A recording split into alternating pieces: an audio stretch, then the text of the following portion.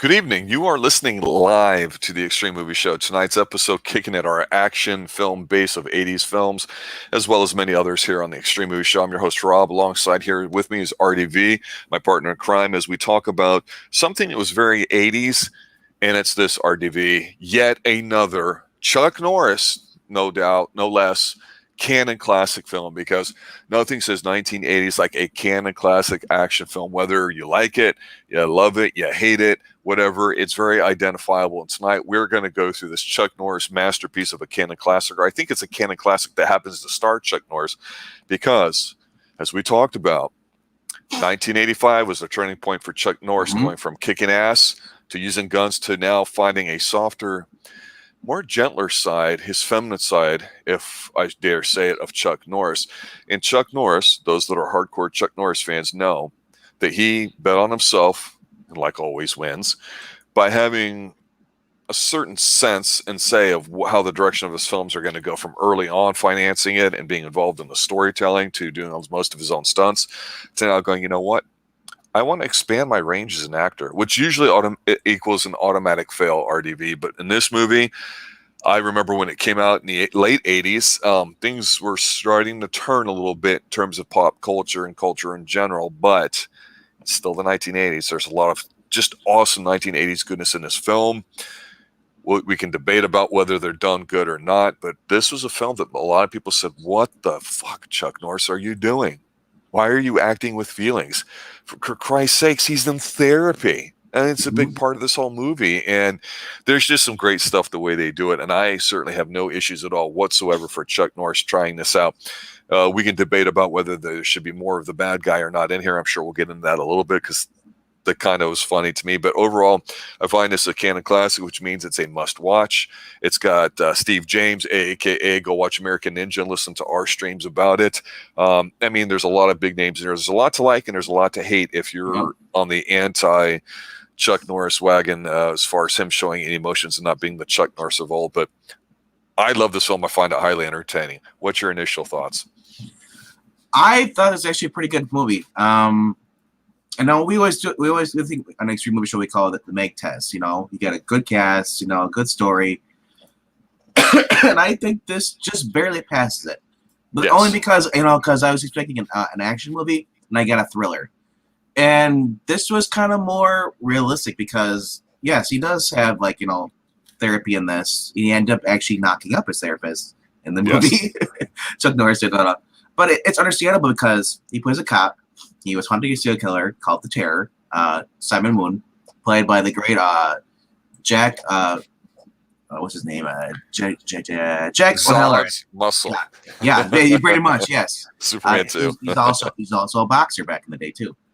Big imposing guy, aka a very popular theme in the 80s. If you're gonna have a bad guy, don't make him one of these 150-pound, completely shaven, metrosexual types that dominate the landscape today. This guy was big and imposing. The way they shot him, you go, wow, he'd step on Chuck Norris in an instant. You know what I'm saying? Yeah, and it took the first time Chuck Norris took him down. It's like they're fighting, Chuck Norris got lucky because the ladder broke and the guy knocked himself out. So he was kind of traumatized, but that's because it's only been a year. He's been having nightmares still, comes and goes, and now he's got a kid coming along the way too, because his fiance, she's pregnant, and then all of a sudden they get word that this guy is broke out of the psych ward, and I love the way how he did it though. He's using floss, and he was also using it wasn't gunpowder. It was some kind of filing shavings or something that he was using, and something like that. But it's not the first time that I've heard of someone sawing through, not necessarily the steel bars or whatever, but the stone around it, especially if it's an old jail or holding cell or something like that too. So yeah, I just can't remember where it comes from. It might have been something on TV. I don't know if it'd been like the Wild West. I don't know. I always think of Escape from Alcatraz every time with a spoon. Oh yeah, that's true too. But yeah, that's a good catch. I like that. So, plus this guy is imposing. He's got almost super strength, because his size. It's not it's not supernatural strength, but it's enough where this guy It can It's overpower that you. special kind of strength that only the mentally incapacitated that begin with the R word would have Well, and would be imagine referred to back then. you got this guy, you know, is he's pretty much like 6'3" or 6'4", imposing, you know, it's kind of almost could take on Andre the Giant, almost there, you know, adds a little more weight. But I mean, like, and then A giant strapping and then you take away all reasons, you know, so he has no conscience. He just acts on pure instinct. So it's like, so he like, imagine if a guy like this, and you imagine the guy's like high on something, and then you know, because you see the cops, you can fire 6 or 7 rounds at a person, and they keep coming because they're on a drug, you know. Flocka, if you're from Florida. Yeah. So imagine something like this, but it's this guy's like pure adrenaline and just rage, you know, and coming up with Chuck Norris is what, 5'9", 5'8". He's not that tall. Yeah, And then, you're right. and then yeah, it's like you're way unmatched. You know, Chuck Norris can do his kicks, you know, but in the first part though of the movie, at the beginning, he's remembering the nights because he's having a nightmare, and he remembers, like, you know, and you see how the guy jumped him from behind, so Chuck Norris wasn't even ready for this, you know. Yeah, he got bum rushed. Yeah. And it's under a pier, which when I first saw this scene at the beginning, I go, is this the same pier they used in Fletch? I don't know, but really popular scene from the that guy was choking him. You know, Chuck Norris is under the water, so Yeah. it's like it's traumatic. So I can see why he'd have PTSD, you know, something like that, you know. Let's So talk yeah, about a couple more scenes here at the beginning, though, too, as we go through it a little bit, because Sure. you know you're tapping on a couple things that I think are neat, and some of the '80s things that I can tap out. You know, Chuck Norris, not homo. He's a very fit dude, even though he's not the biggest guy. He'd still beat everybody up on film today. But yeah, you're right. Right off the bat, you see him being bum rushed. He's got his classic beard look now going on since about 1985. You still get him shirtless walk around, but there's a scene or two in here that I go, I forgot how much these things aren't really important or vital to the movie, but they seem to be really apparent, at least in canon films, but also in 80s films in general. You know, today's breakfast scenes of the family getting around them, which usually means the guy's not absent because, you know, nobody wants a father figure on film anymore.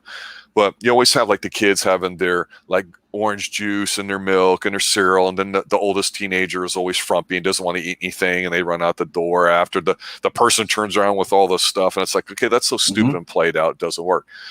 But burning toast popping out of the toaster oven was always classic in the 80s. I mean, that's one of many, many things on here. Plus, as we covered on our Twin Peaks stream, Professor Pixel and I here on the Xtreme Movie Show on our Xtreme TV one, check that out. We talk about how Twin Peaks popularized in the late 80s, early 90s, them really popping over donuts and coffee. Well, coffee had been a long staple in police shows and episodes too. We even see it in Kolchak a little bit, The Night Stalker, another show that we've covered, season 1 from 1975. But here you see lots of guys with white styrofoam cups walking around. It's such an 80s urban feel to it. It's great. It's not a John Hughes thing where everybody's $1 home. Look at Steve James when he went to go overnight in the theater, stay overnight, and he had a metal old school lunch bag that he used in the 40s. You know? Yeah, and here, even though he has an Irish name, nobody's buying it. We call him Chuck Norris. You're right. He's just traumatized, and it's been a long time. So we find out that he spent 6 months in therapy, married his therapist because, you know, the female therapist is cute as a button. That's totally professional. Am I right? Well, he didn't marry her. She's pregnant. So you're like, yeah. Well, I mean, he's going to. That's, I mean, they're on track for it. So they're shacking up. She's preggers. And it's nice to see Chuck because I think his voice is even soft in here. The way he talks, it's a lot more emotionally relaxed. I thought, hey, that's decent acting on Chuck's part. I think he did a good job. But you see him working out early on with this boy in the gym early on. He's like, come on, man, getting stronger, stronger. And it's like this is about the time when Chuck was going real busy with this Chuck Norris Total Gym thing. And I'm looking at that going, okay, Chuck Norris working out in the gym. Give me some, Chuck. And then before I even got into the gym, he's like, his guy's like, what's up? Big old muscle guy. Looks like a Braun Strowman. Yeah, but I swear I know that guy from something. I just was lazy and didn't look him up. But I've seen that handlebar mustache on him before. But Chuck's smiling at his woman. He's wearing his sweater with his collared shirt underneath, another great 80s staple. Like I say, she's really cute, and they're moving into their crib, and they're talking or whatever. And it's a sweet moment. It's a little hokey, but you're like, okay, for what it is, it's working. You just wonder if she's going to die. And we'll talk about deaths here in a moment. But it's so not bad, but interesting in a way, because you're like, okay, Chuck Norris is the man. We're thinking Lone Wolf McQuade, perhaps his best film of all time. But there's a scene in there where they're kind of talking, and she's pregnant, and she's talking about being nervous and stuff, and you see her, and she basically lists, well, I know what we can do to relax you. I am your therapist. It's the exposition thing, so we understand what's going on. She's like, well, the mattress still works. So, okay, you're pregnant, and you're going to bone your husband because he's having nightmares from 6 months to a year ago. Okay, I'm buying it, because Chuck's like, in your condition. It's like, Chuck, she wants it, bro. Give it to her, fill her up. And she's like, I'm pregnant. I'm not, broken or old or something like that. I'm not dead, Yeah. Exactly. It's like, that's a good woman. That's a keeper. But yeah, most of this film, and you said it early on, and you're totally right. It's really it's a thriller when it's enough scenes. But this movie has a lot of Chuck Norris dealing with emotions and being human. I mean, it really is. There's very little of Mr. Moon in here, breaking girls' necks and taking their hair and sniffing them and hiding them in a little thing or whatever like that. It's almost an afterthought in this movie. And that's where I think some people say they don't like this film, is that, damn it, we needed more decapitations and bloody stuff and this, that. And it really wasn't about that per se. It was a thriller, not an action, to your point, with Chuck being in there. And him breaking out was kind of neat too. That guy you're trying to figure out, that's Benny Pata. Yeah. The trainer. That's the guy you're trying to think of. Yeah. He's been on ESPN, did documentary stuff. Yeah. Chuck usually works with a lot of people that he's familiar with, like we've said, like with Jackie Chan and others too, that he has a high confidence level with. And I keep forgetting the guy's name. You always tell me what it is, but I always forget it. He's the guy that looks Indian. He has the long mullet. It's Branscombe Richmond. He's from Renegade. Yeah, he's from Renegade, but he's been in tons of stuff before that too. And I think it's golf films now. He takes a good ass beating. He was the bad guy in Hard to Kill. Yep. where they're the chase scene where Chuck's even cooking in this film. It's funny. I know. It's like his name's, and I love that he's like he's doing a stinger operation, and they come up and like, who's your friend? And he's like, oh, and the guy's like, this is my cousin Carlos. And they start speaking Spanish to him, and then like Chuck acknowledges them back. He's like, says "si." It's like, he knows what you're saying. So basically he knows English or Spanish or whatever, is enough. But the funny thing is, like, too, because I was thinking, like, yeah, he's got his buddies over, Steve James and his other buddy. I believe this is Jeff Kramer. I'm not sure, mistaken. Because remember, I know Jeff Kramer's in the movie, but I think he's the partner, cop partner. But anyway, those two are in a car watching, and Branscombe Richmond and his buddy, they're like, I was like, yeah, you see that over there, the cop over there? It's kind of, I don't like this, The people who just sit there in the cars, like either they're quitters because they're the doc, people who just quit, don't want to work.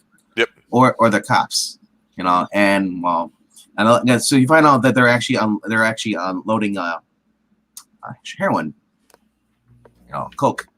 If it's the 80s, it's cocaine. Yeah, pretty much. Yeah. One of the two.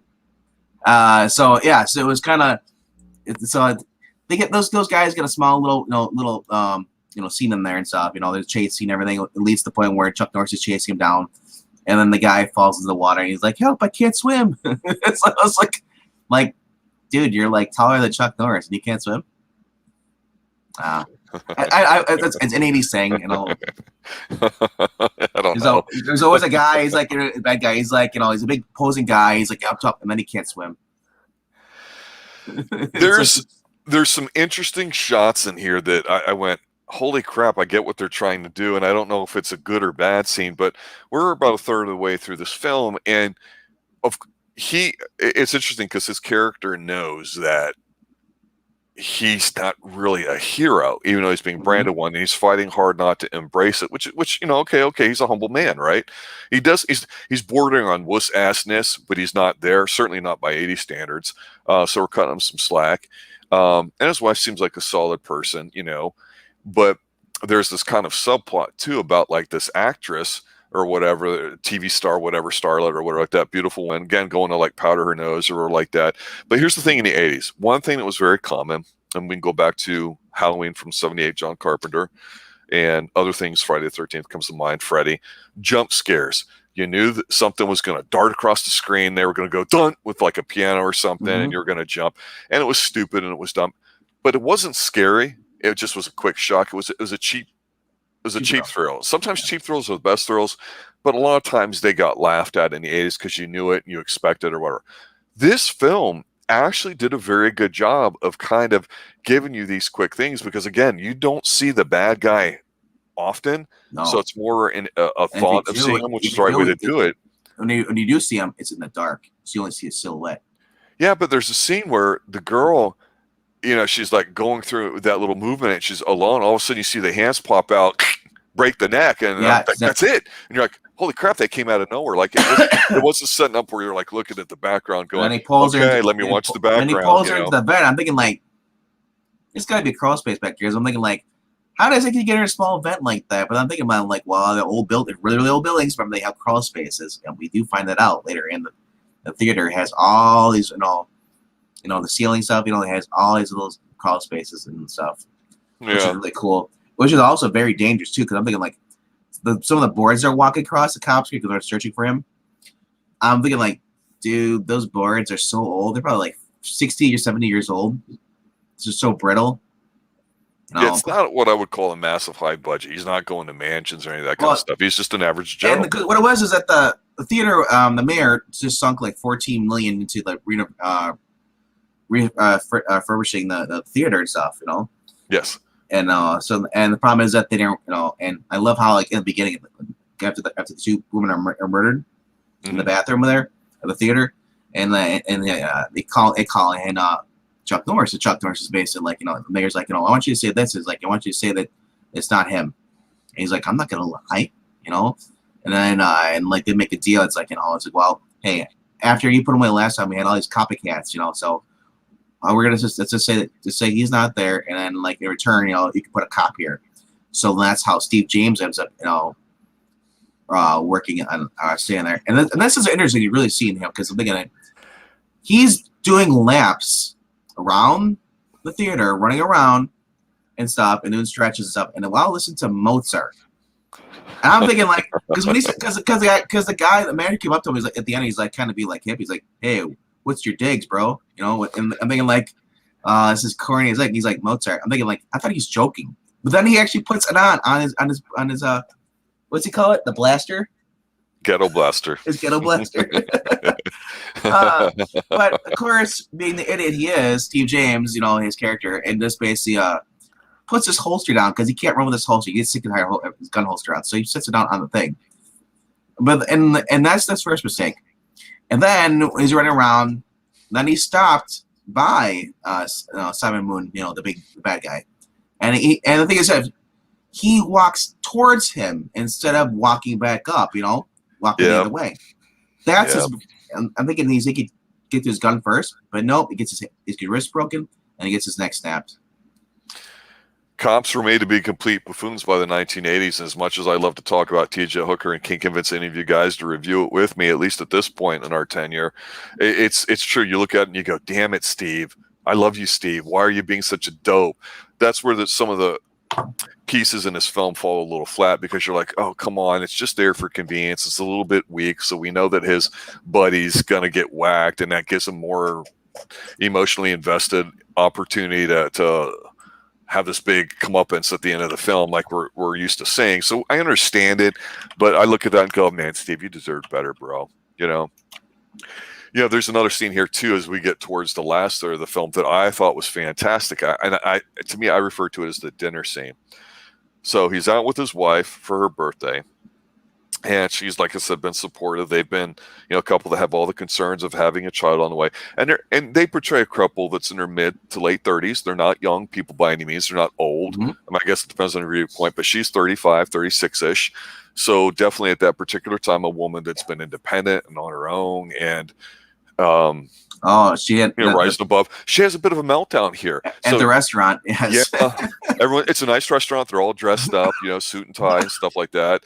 And he's just being a nice guy. He's being polite and civil to her. And the birthday comes out, and she starts going, "Well, I wish I didn't do this." And she's just losing it. And it's a scene that makes me want to punch her face. But a part of me goes, "No, she's doing it well enough too."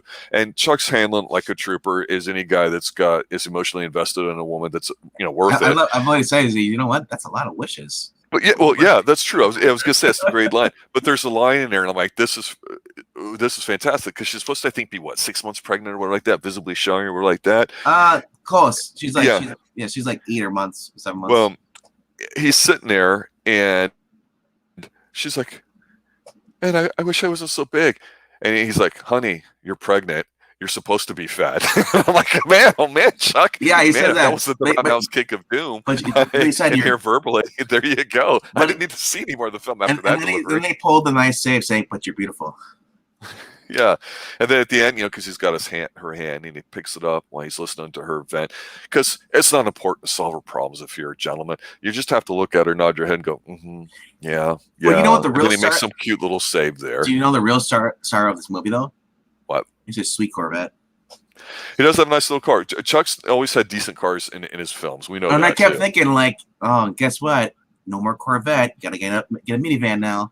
Okay, but I wanted to piggyback that scene because it's very close. Is actually right before the scene you talked about. Steve James. He's in his beautiful refurbished theater. He's running around like you say to Mozart. And how does he die? Neck breaking without the cabbage sound or like that cut through cabbage. But as soon as he gets his neck broke, they immediately cut to her in labor, the kid popping out. I'm like, that's a hell of a transition. They kept going back and forth though. I know, but then boom, the kid pops out. And I'm like, well, from death to life, I love how Chuck Norris is like, we need a doctor. Come on, where's everybody? She's like, calm down. She's on to him. And he's, I'm like, if this would have been a Mad TV skit, he would have just started to give people sweet chin music, Well, yeah, and then basically you get the third of the movie, which, half of that third is him walking around in a tracksuit on the beach, which is always great tracksuit specials and all that. Chuck's pulling everything out. Not too hairy of a chest in this one, though, so a little disappointed in that. He's starting to shave it. Did you hear Did you hear that whenever they showed, like, the bad guy, like, he's stalking the women inside the parking lot in a structure, was he saying, kill? Like, it's because he was hearing voices. Whenever they showed Simon Moon. I don't know that I recall that per se, because he's got so little screen time. Because I kept thinking of it. What was the other one? Was it Ninja?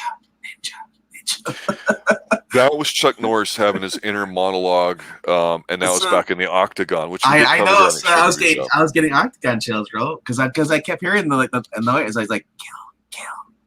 I was like, what is going on here? It wasn't as loud, but it was so loud enough you could hear whenever they showed it. They even showed it when Steve James got his neck snapped. You could hear it, and this guy, it's like, the big thing is like, Steve. Why did not Steve James? His cop. Cops are supposed to have side pieces. He should have had an ankle gun. They would have if it was the early 80s or the 70s, absolutely. But yeah.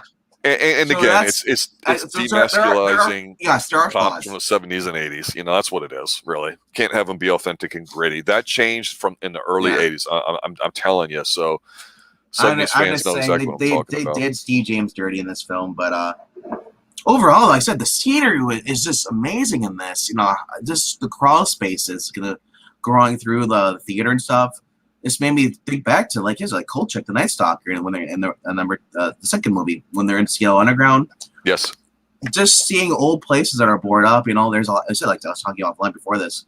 There's a lot of abandoned railways and subways, tunnels that they don't use anymore because the trains are too big for them. They got new trains, so the subway cars won't fit through them for the curves. The New York and Chicago and all that stuff.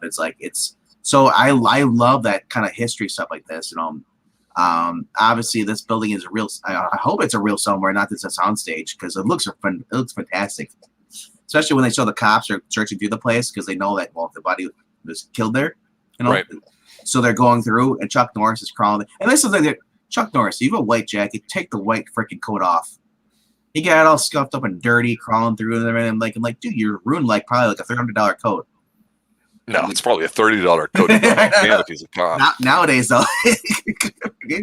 But I said, it's just he's crawling through the crawl space, and then you get the little jump scares, you're thinking especially when he figures out, he goes back, he figures out where this guy's been hiding. He goes to the blueprints. He crawls in. He kicks through he goes to the cross, and he kicks through it because it was sealed up. There's old productions, manager shop, he'd live in there. And then the first thing you see, though, when he kicks in there, you see like a rat move, so you get a little jump scare. Yeah. Yeah, and then you see the bodies on the ground. I gotta admit, it's kind of stupid that he had all those little candles lit or whatever, but the fact that the bodies were kind of decent looking women there and all that. It was a little creepy. And here's the thing. If you watch this when you're younger as a kid, the thing about Chuck Norris is his movies are so accessible where you can have some ass kicking good stuff or whatever, but there wasn't necessarily a lot of vulgarity in them. And there might've been some stuff that by our standards today would be a little silly. But if you're a young kid, you could watch Chuck Norris and understand that he's the good guy. The other person's the bad guy. And then if you watch this when you're younger, a lot of people that were a little younger, like I had some family members and friends that were a little younger at the time, and they thought it was a little more scary than, say, you and I did. To us, it wasn't a horror movie. It's in no way like Silent Rage, which is underrated in my opinion. It's kind of almost like a horror film. It's done pretty good. This one is like that, but like on a very light kind of feeling to it, and he's being an average guy. So it's fascinating to watch Chuck try to be emotionally open and vulnerable and his feminine side showing and all that stuff. It's like, what? Chuck Norris, really? And he does it well. Some of the other stuff's a little thin. We hate that Steve James gets whacked. But the ending itself, to your point, it all fits in because he finds the the hidden area where the guy lives out, and it's totally plausible by those standards. And he gets in there. So it's nothing like he's going to the $1 million penthouse or the secret boss lair or anything other kind of nonsense. It's just very pedestrian, and there's nothing wrong with that. And I think by today's standards, people would go, wow, this is a low budget piece of crap. No, it's not. It's definitely a different direction again for Chuck, who wanted to go this way. But the ending was good enough. It wasn't a 20-minute fight fest. It wasn't John Wick 47 or nothing.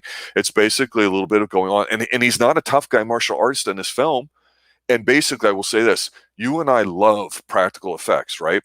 So the very ending there where firemen carry the guys through the open window inside the building, and he drops all the way down. I like that. It's a really long drop through some glass and everything else there too in slow motion. And that's pretty much it. It's not drawn out where all of a sudden you go down and you look at the body and you go, I guess he's finally dead there, O'Brien. Yeah. Yes, I hope he is. And then there's a twitch and no, none of that. Boom, done.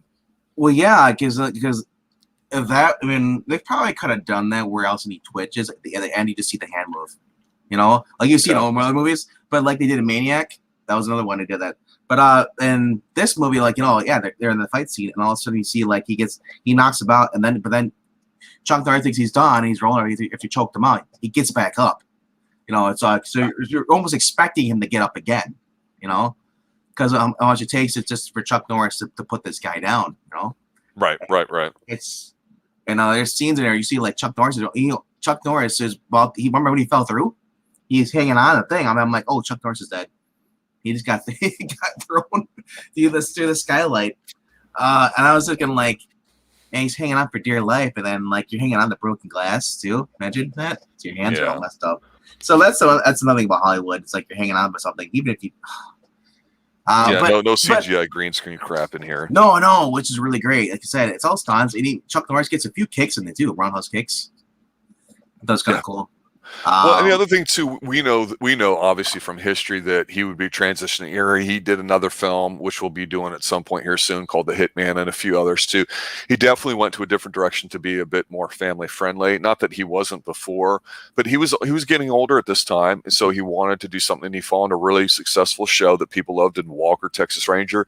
I got friends from Texas, and they all say the same thing. When Walker came on, you sat home and you watched it, and he didn't do too much. It wasn't the Chuck Norris I remember with all the early 80s films that we watched. Certainly not a canon classic, but it's Chuck Norris. And even in here, just him wearing glasses, driving around this sweet car and all that, looking like an average Joe with a decent build. I mean, he's entertaining. He has the charisma and a presence about him that even as he's redefining his career, trying to see if something will work in this different direction he's going. And, it's not bad. This film was, I'm talking to you, I remember when it came out in the late 80s, it was lampooned. It was like, this sucks. It's not Chuck Norris. It's not what we think of. Why is he showing feelings? Oh, American men are getting soft. I mean, you can argue about the politics and all that stuff, whatever. That's not what we're really into here.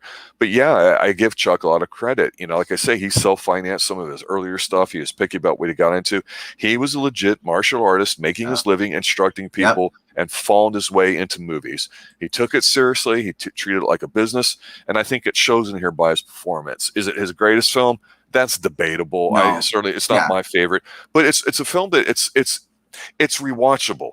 And I really do believe that. I hadn't watched this in a really long time. Nerdy Texan Accountants here in chat, and I was just saying, yeah, I hadn't watched this in a while, and it's a little better than what I remembered, because I just remember people hating on it so much, going, "That's not the Chuck I know." Because you know, you go from Arnold Schwarzenegger and stuff like Conan, which is his greatest film, to stuff where he's just firing guns off, and it's like, I want to see that physique, and I want to see him doing stuff. And he tried different things out too, but by now, everybody's reduced to guns.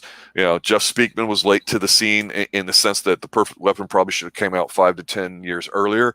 Love Jeff Speakman. JCVD was hitting big, and it's unfortunate that at the time in the late 80s, we didn't realize how good we had it and how it really started to decay early on. But overall, for my final thoughts, RDV, is it the best film? I'm not going to tell you it's great. I'm not going to tell you it's horrible either, though. But I think it's worth watching, especially if you're a Chuck Norris film. You might find it interesting with how it's aged, how some things were said and done back then that may not even be considered in a film today. But I can't help but say it's a canon classic. Therefore, it's a must-watch. Yeah, I mean, supporting cast, you got Billy Drago, you got Steve James, Jeffrey Kramer, Ron O'Neal, who played the mayor. So, I mean, Brandon Thayer, who did some other stuff before this, too. So, and Brandon Ramscombe, from Hard to Kill. He's also Renegade TV series. That was on back in the 90s, I think, early 80s. Yeah, early 90s, I think, with Lorenzo Lamas. Yeah. I'm even more breathtaking in my BVDs. You don't know that commercial, but the 80s people will. Yeah, I said it's a little golden nugget, because this is a movie I never would have thought about watching until I actually looked at his list, because I had no idea that was even there. It's free right now on Tubi. Just look up on Tubi. You can look up the name Hero in the Terror, or just go to Tubi TV. Over online, you can watch it. It's free. This is like I said, this is like his last Canon film, 1988, I believe. Yeah, and there's also an almost full version of it on YouTube. I've seen a couple of them about an hour, 27, 28 minutes. I think the full movie's about an hour and 35 to 40. So just be wary. That's one thing I've noticed when we've been looking, because we see the YouTube ones free with ads, or like you're saying, you find it on Tubi as well. But just make sure you catch all that too. For the record, as we close up here tonight, had you ever seen this film before? No, I haven't. And I said, I looked at the cast, and I was like, it's got a good supporting cast in here. So I figured it'd be a good movie. And the fact, it's him versus a killer. So I'm thinking, like, I watched Silent Rage, so let's watch this, And I'm glad I did. Even though IMDb only gives it like 5 out of 10 or whatever, I'm thinking, like, dude, it's actually really good. I mean, there's some cheesy scenes here, yes, and but like, it's crazy. Like they said, like you're going. It's like taking an average Joe, like or a guy like Jet Li versus like Braun Strowman. Monster among men. It's like that's what you're kind of getting into this. It's like, and it works, because the guy is like, he doesn't need to have physical strength. It's just his size is it's the guy he's imposing. So right that there scares you, and then like he's just going around snapping people's like necks like twigs. Yeah. And like it said, he doesn't need a gun. It's just he just has to, and the movie's shot in the dark all time for most of the scenes, for whenever they show the villain, which really works out well, because you don't see it coming. He's so quiet on his feet for a big guy. Yeah, and one or two little key points here about the 80s in general too I like to point out is that the 80s were considered like the golden age of bodybuilding, late 70s, early 80s. Of course, Arnold was known for doing it. We can talk about how corrupt they were if you're hardcore into that stuff. Yeah, Tom Plastic, Quadfather, best legs in the business. Real intense sort of dude. He didn't really make it in the movies, but a lot of these people that really worked hard in a specific area that was physical, like a Chuck Norris, and whether you like him or not, Steven Seagal is legit. once they came over to the 80s and films and people found, hey, maybe we can construct a film around them, and whether they're a master thespian or not, we can construct it and all that. It works. And like I say, the charisma is there. And the one thing you and I talked about doing the action films is, well, which ones and why? And me being the older out of us two, and I know you have a fondness for 80s films, is, well, maybe there's a lot that you haven't seen and or you want to revisit. And we went with Chuck Norris simply because we call it the Chuck Norris template, where some action, just enough to whet your appetite. So at the end, you've got your one big final thing, and that's it. And you still care about him as a character. You see it building up. He's believable, but it's not like John Wick where you lose body count after the first 1,000 bullet shots. I mean, and while those films are artistic, they leave you wanting more, because to me, you're just kind of numb to it a little bit. And that was our big complaint when we talked about Black Summer Season 2. We really love the way it's shot. We think it looks incredible. It's very artistic, but you don't care or give a rat's ass about the characters. And ultimately, that's what it kind of comes down to. I don't care how good a film is, how much money spent onto it. If you can't give two shits about who the main character is in one way or another, it doesn't really matter. And then if you do, you still have to have a suitable enough bad guy. In the 80s, they made at least the bad guys, even if they were kind of stupid and dumb physically, where you kind of shit and pee your pants a little bit because of how big they were, whether it was Cobra or any of the other films that we talked about too. So give Chuck Norris a lot of props for doing that too. Go check out The Octagon, people. It's a duel about brothers, and it's about ninjas. In the 80s, ninjas craze was full on. Thank you, Chuck Norris. I would say this is kind of similar to like the cop movies, kind of like Dirty Harry. You know, I mean, even though I love, it's fair in the sense, it's just he's a normal cop.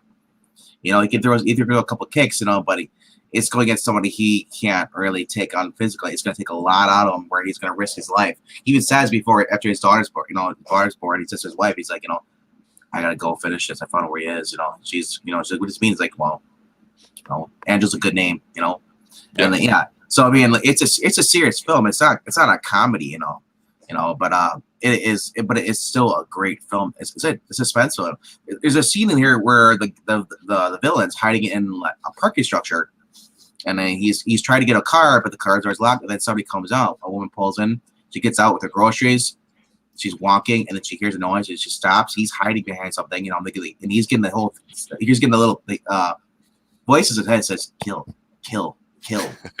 And I'm thinking like she's gonna get it, but then she gets to the elevator and she gets in and she's safe, because I'm thinking like the last minute he's gonna his hand there and grab her, but he doesn't though. It's so suspenseful, Yeah, I mean, look, here on the Extreme Movie Show, we don't really try to talk down to anybody. We just talk about what we like and don't like. When the movie doesn't have to be good or bad, we don't care. The worst thing it could be is just kind of forgetful, which Black Summer 2 certainly is. And the more we think about it, the more we go, yeah, it really does kind of suck, no matter how good it's done, produced. And the thing, one of the little side things I like to think is too, is having lived through the 80s, that giving an experience to it where if you weren't too familiar with the 80s, and like a lot of younger people today, I think are intrigued, like, why does everybody think the 80s was so great? And sometimes you hear this with music. You hear some people that still remember movies from it.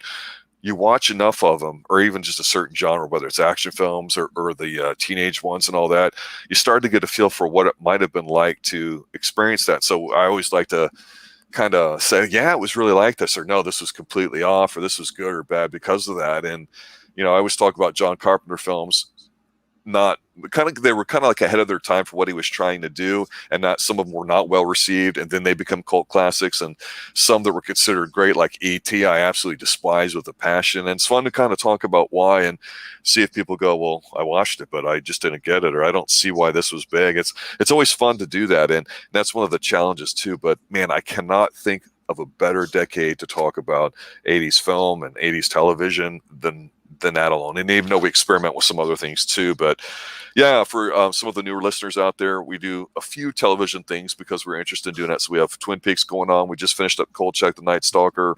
We're debating about which one to do next. We've done some short ones. We just finished Ragnarok, topically speaking. That was very good. Black Summer, which we covered, but we didn't like it.